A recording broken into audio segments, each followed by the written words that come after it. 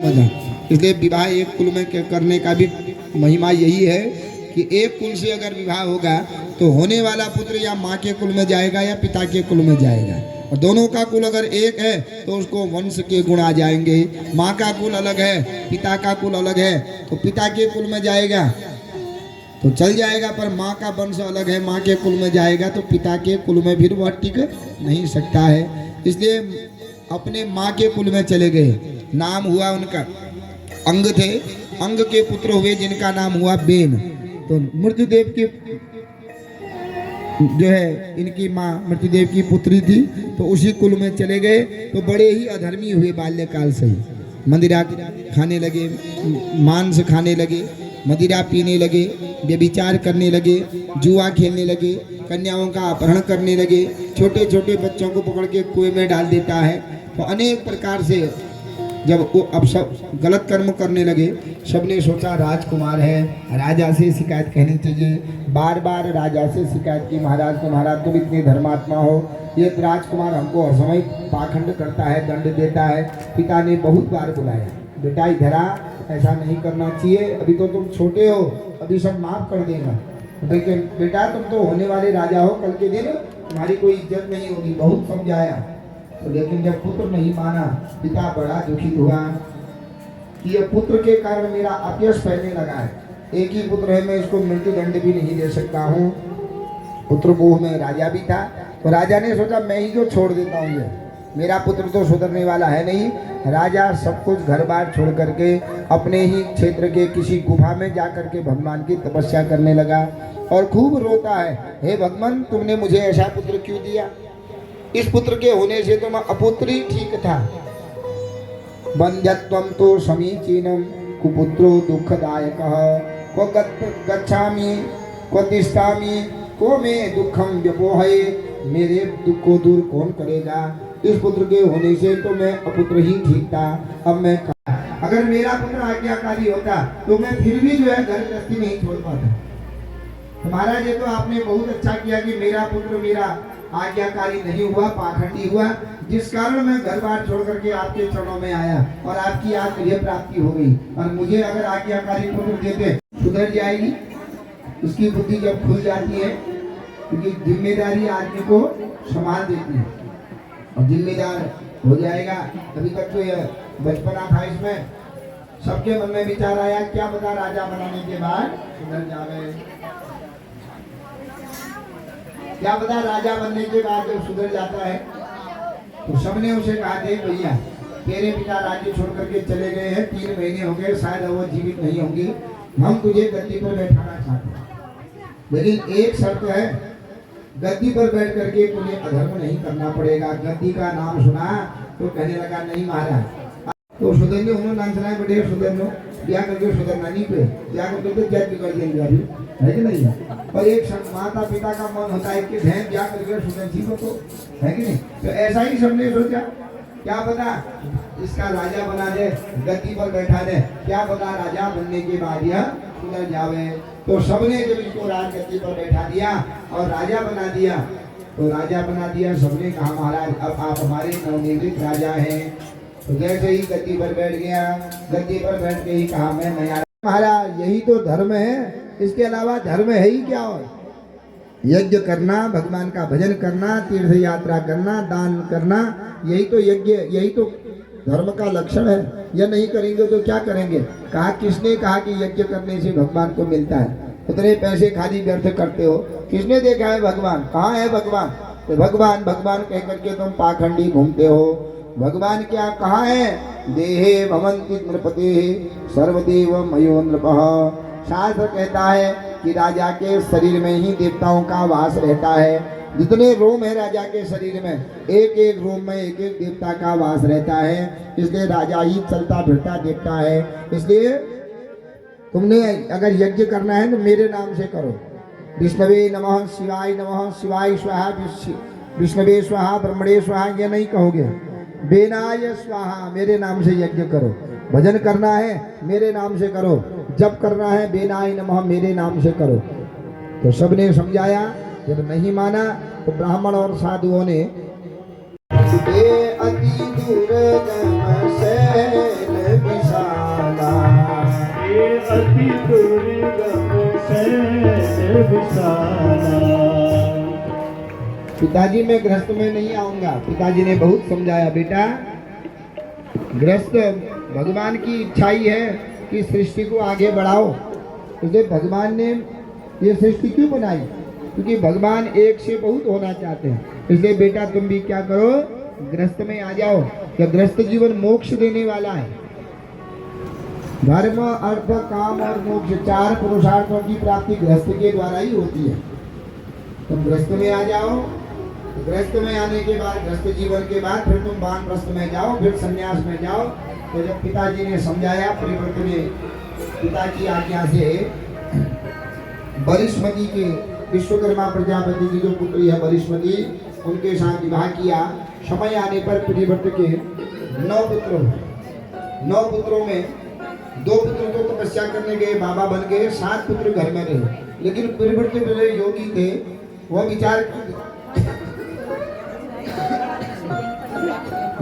करते हैं कि मानव जीवन बड़ा दुर्लभ है, बार बार नहीं मिलता है। सूर्य दुर्लभ, देवताओं को भी दुर्लभ ये मानव जीवन है। तो ये मानव जीवन का सदुपयोग करना चाहिए। जब करना चाहिए तब करना चाहिए। मनुष्य क्या करता है, दिन भर काम करता है, शाम को खा करके सो जाता है, तो आधी उम्र तो उसको सोने में ही बीत जाती है। इसलिए मैं रात नहीं होने दूंगा। तुरधेन ज्योतिर्मयेन रजनीमपि दिनम करिष्यामि। मैं एक ऐसे रथ का निर्माण करूंगा जो रात्रि में भी दिन होगी। तो अपने तपोबल के द्वारा एक चक्र का ऐसा रथ बनाया। जैसे ही सूर्यास्त हुआ, पूर्व दिशा से रथ में बैठ करके चलने लगे। 7 दिन तक सूर्य के पीछे पीछे चलते गए। 7 दिन तक पृथ्वी पर अंधेरा नहीं होने दिया। जब पृथ्वी पर अंधेरा नहीं हुआ 7 दिन तक, सारे आदमी काम कर करके थक गए। ब्रह्मा, मनु महाराज आए, बेटा ऐसा मत करो। ब्रह्मा जी कहते हैं, बेटा ऐसा मत करो, क्योंकि दिन भर जहाँ मनुष्य काम करता है, रात को सोएगा तभी दूसरे दिन और कार्य कर सकता है। सोएगा ही नहीं तो काम कैसे करेगा? ये प्रकृति है।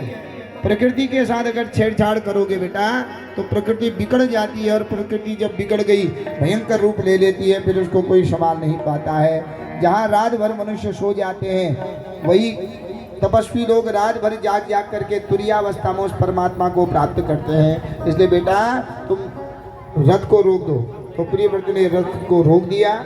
रथ को 7 दिन तक चलने पर पृथ्वी में 7 गड्ढे हो गए। और वही 7 गड्ढे 7 सागर कहे गए। 7 सागर है ना पृथ्वी पर, तो 7 सागर हो गए हैं। तो वही 7 सागरों के बीच में जो जमीन रही, वही 7 जम्बूद्वीप, कुशद्वीप, क्रौंचद्वीप, पुष्करद्वीप, शाकद्वीप, सालमली द्वीप। तो 7 पुत्र भी थे और 7 द्वीप बन गए। तो सबसे बड़े पुत्र हुए आग्नीद। एक आग्नीत को जम्बूद्वीप का राजा बनाया। समय आने पर आग्नीत के पूर्व चित्ती अप्सरा के साथ विवाह हुए। 9 पुत्र हुए। उन्होंने जम्बूद्वीप को 9 भागों में बांट दिया। एक खंड हुआ अजनाब खंड। अजनाब खंड के राजा हुए नाभि। नाभि का विवाह हुआ समय आने पर मेरु देवी के साथ। समय आने पर भगवान ही इनके घर में ऋषभ देव के रूप में अवतरित हुए। अरे बाल्यकाल से ही बड़े तपस्वी थे। तो इंद्र इनको देख करके ईर्ष्या करने लगा। इंद्र ने अजनाब खंड में बारिश करना बंद कर दिया। तो ये तपस्वी थे, इन्होंने अपनी तपस्या नहीं हुआ, जैसा था वैसा ही रहा। 7 महीने बाद एक कोई शिव जी का उपासक आ गया, कोई साधु। तो वह भी रात्रि में वही रहा, उसकी भी सेवा की। और जाते समय यथाशक्ति दक्षिणा दी, अच्छे वचन बोले। तो उसको दया आ गई, हाँ बेटा देख तेरे अंदर बहुत धन आदि की कमी है ना, तो ऐसा कर, ये शिव जी की मूर्ति की पूजा कर। ये लिंग है मेरे पास, तो इनको नहला धुलाना। भगवान शंकर सब कुछ दे देते हैं अपने भक्त को। तो वो कहने लगा, महाराज आपसे पहले एक साधु आए थे, वो भी ऐसा ही कह के गए थे, तो वह भी एक मूर्ति दे करके गए। तो क्या मूर्ति दे करके गए हैं? अरे कृष्ण की मूर्ति गई है। वो कृष्ण चोर, वो अपना चोर के खाता है। पढ़ाई पढ़ाई। तो पिताजी हार गए पढ़ाते पढ़ाते। तो जब पिताजी ने कहा, बेटा ज्यादा नहीं पढ़ता तो हरिओम तो पढ़, हरिओम तो पढ़। तो पिताजी ने हरिओम भी नहीं कहने, अब तो एकदम मूर्ख हो गया, तो हरिओम भी शब्द नहीं आता है। तो पिताजी कहते, बेटा मैं हार गया हूँ, हारे हूँ पिता पढ़ाई पढ़ाई। हारे हो पिता पढ़ाई पढ़ाई। मन माना कछु प्रेम सुहाई। प्रेम मुद्राई। सकल वासना मन से भागी। सकल कामना मन से भागी। सकल वासना मन से भागी। सकल वासना मन से भागी। प्रेम केवल राम चरण अनुरागी। केवल राम चरण अनुरागी। केवल राम चरण अनुरागी। केवल राम चरण अनुरागी। तो पिताजी हार गए क्योंकि पहले जन्म का इनको बोध था, आज मैं हरिओम पढ़ूंगा, कल को गणानांता पढ़ूंगा, परसों को भद्रम करने पढ़ाएंगे, फिर नमस्ते रुद्रमन्य पढ़ाएंगे, फिर धीरे धीरे जब मैं पढ़ जाऊंगा कहेंगे जाप वृत्ति कर, मुझे फंसा देंगे। और संसार में मुझे फंसना नहीं है, मुझे भवसागर से पार होना है, इसलिए मैं पढ़ूंगा ही नहीं। प्रेम मगन मनु कछु न सुहाई। सकल वासना मन से भागी। सारी वासनाएं सारी इच्छाएं मन से भाग गई। केवल राम चरण अनुरागी। केवल मन भगवान के चरणों में लगा हुआ था। तो पिताजी ने जड़ भरत इनका नाम रख दिया। पिताजी ने कहा भैया 9 पुत्रों को बुलाया, यह मूर्ख है, इसकी सारी संपत्ति तुम ले लेना, हमारा तो अब समय हो गया है, हमारी उम्र हो गई है, अब हम वानप्रस्थ में जाते हैं। पहले के लोग क्या करते थे, समय आने पर वह जो है उम्र के अनुसार चलते थे ना, 22-25 साल तक ब्रह्मचर्य रहा, वह उसके बाद 20 के साथ विवाह कर लिया, 50 तक ग्रस्त में रहे, फिर उम्र लग गई 51, 52, 53, 57, 58, तो वन लग गया, तो फिर घर ग्रस्त में नहीं रहते थे, वानप्रस्थ में आ जाते थे। तीर्थ जाना, सत्संग करना, गया जाना और खूब भगवान के भजन कीर्तनों में रहना। फिर धीरे धीरे इन 20-25 सालों में 51 साल से 70 साल तक 20 साल, 19 साल, 18 साल जो थे, इन सालों में घर गृहस्थी की ओर मन नहीं लगा करके भगवान में मन लगा देते। और जब पूर्ण रूप से मन भगवान में लग जाता था, फिर वह संन्यास आदि ग्रहण कर लेते थे, क्योंकि संन्यास के द्वारा ही मुक्ति जो है होती थी उनकी। तो पिताजी ने कहा भैया हमारा तो समय हो गया है, तुम अब अपना विवाह कर खाओ, इस नवे को इसको भी पाल देना, इसकी जमीन तुम ले लेना, इसको एक घास रोटी दे देना। तो भरत जी के माता पिता चले गए। भरत अपने भैया को तो सब देने लगे, भरत जी के भैया, लेकिन जब भाभियाँ घर में आ गई तो उनको डाह हो गया, काम हम करें ये बैठे बैठे खावे। तो भरत जी को घर से निकाल दिया। जब भरत जी को घर से निकाल दिया, मार्ग में जब जाने लगे भरत जी, वन मानुषों के हाथ पड़ गए। भद्रकाली के उपासक थे कोई, तो वह अष्टमी की रात्रि में नर बलि देते थे, और तो कोई मिला नहीं, भरत जी मिल गए। कभी किसी से बोलते नहीं थे, मौन रहते थे, एकदम आत्मज्ञानी थे। तो कुछ पकड़ के ले गए उन्होंने, कुछ नहीं कहा। तो वहाँ जाकर के खूब दूध दही घी से नहलाया, पंचगव्य पंचामृत के द्वारा बढ़िया भोजन। सुन लो पुकार, तुम न सुनोगे तो कौन सुनेगा, तुम न सुनोगे तो कौन सुनेगा, किस्मत के ताने बाने कौन सुनेगा, किस्मत के ताने बाने कौन सुनेगा, तुम न सुनोगे तो कौन सुनेगा, तुम न सुनोगे तो कौन सुनेगा, किस्मत के ताने बाने कर लो विचार श्याम प्यारे, भक्तों की सुन लो पुकार, पुकार श्याम प्यारे, भक्तों की सुन लो पुकार। ओ श्याम पुकारे नंद दुलारे, श्याम पुकारे ओ नंद दुलारे, श्याम प्यारे ओ नंद दुलारे, श्याम प्यारे ओ नंद दुलारे, भक्तों की सुन लो पुकार, पुकार श्याम प्यारे, भक्तों की सुन लो पुकार, पुकार श्याम प्यारे,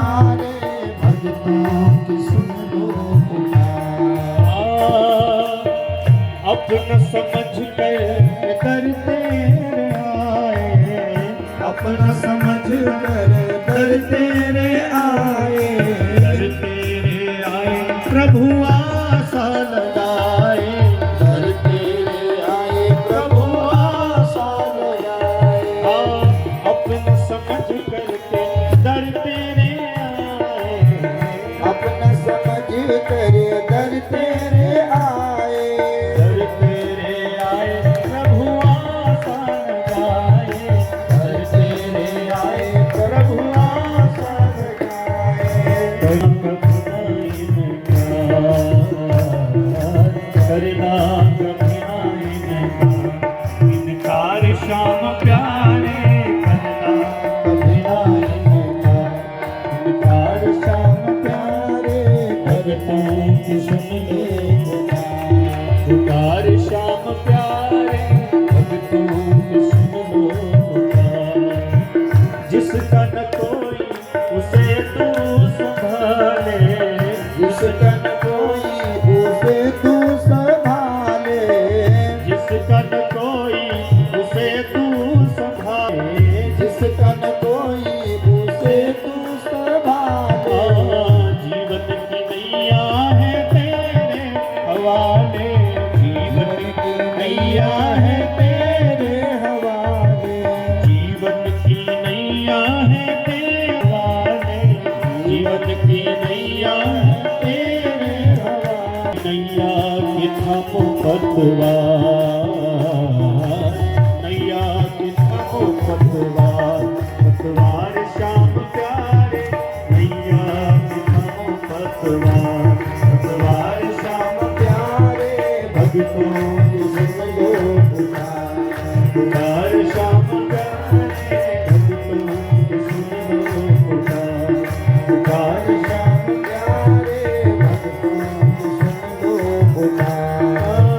श्याम प्यारे ओ नंद दुलारे, श्याम प्यारे ओ नंद दुलारे, श्याम प्यारे ओ नंद दुलारे, श्याम प्यारे ओ नंद दुलारे। मेरी विनती पे कर लो विचार, मेरी विनती पे कर लो विचार, विचार श्याम प्यारे, विनती पे कर लो विचार, विचार श्याम प्यारे, भक्तों की सुन लो पुकार। राधे गोविंद गोविंद राधे, राधे राधे गोविंद गोपाल राधे, राधे गोविंद गोविंद राधे, राधे राधे गोविंद गोपाल राधे, राधे गोविंद गोपाल राधे, राधे गोविंद गोपाल राधे, राधे गोविंद गोपाल राधे, राधे गोविंद गोपाल राधे, राधे गोविंद गोविंद राधे, राधे गोविंद गोपाल राधे, राधे गोविंद गोविंद राधे, राधे राधे गोविंद गोविंद राधे, राधे राधे गोविंद गोविंद राधे, राधे राधे गोविंद गोविंद राधे, गोविंद गोविंद राधे, गोविंद गोविंद राधे। बोलिए सच्चिदानंद भगवान की। जय। इस प्रकार अजामिल का उद्धार हुआ। भगवान शंकर का अपमान करने के कारण दक्ष प्रजापति का शिरच्छेदन हुआ और उसको बकरी का सिर लग गया। जब बकरी का सिर लग गया दक्ष प्रजापति जप करने के लिए यमुना नदी में दौड़ी दौड़ी गई। नंद बाबा जप कर रहे हैं और क्या जप कर रहे हैं, देखो पुत्र मुँह में सब भूल गए। क्या जप कर रहे हैं, अभी तो हुआ नहीं है, आगे का पता नहीं है, लड़का होगा कि लड़की होगी, मेरे जैसा होगा कि यशोदा का जैसे होगा, न जाने कब होगा। ओम नमो भगवते वासुदेवाय नारायणाय माधवाय, ये सब भूल गए। और क्या जप रहे हैं, अभी तो हुआ नहीं है, आगे का पता नहीं है, सब भूल गए। यशोदा में सुनंदा ने सोचा धन्य है 90 साल में भी पुत्र के लिए सोच रहे हैं। तो दौड़ करके गई, भैया हो गया हो गया हो गया। एकदम खड़े हुए, क्या हुआ, ऐसे थोड़ी बताऊंगी पहले मेरा इनाम दो तब बताऊंगी। 9 लाख का हार थी बहन के गले में डाल दी, बस इतना ही। ले भी दिए तिजोरी की चाबी, जो तेरे मन में है ले लेना। अब बता क्या हुआ? कान में कह दिया, भैया हे नंद बाबा तेरे घर में आनंद का जन्म हुआ है। बोल नंद के आनंद की। जय। दौड़े दौड़े नंद बाबा आए।